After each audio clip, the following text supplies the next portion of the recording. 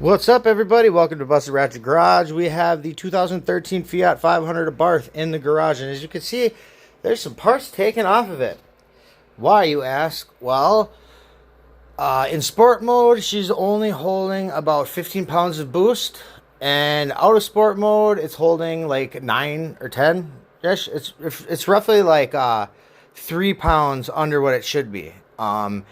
And it's consistent, and it's something that's new. Like, I've had low boost happen where like it's gone into limp mode because I've been in a high gear going slow on throttle, and it throws code and it makes it go into limp mode. But anyway, we're going to diagnose this bad boy and try to see if we can get a fix for it. We're going to adjust the tension of this snap pressure of the flapper for the it's been a long day, guys. This thing. Anyway, this is a turbocharger, and this is a waste gate actuator, vacuum operated.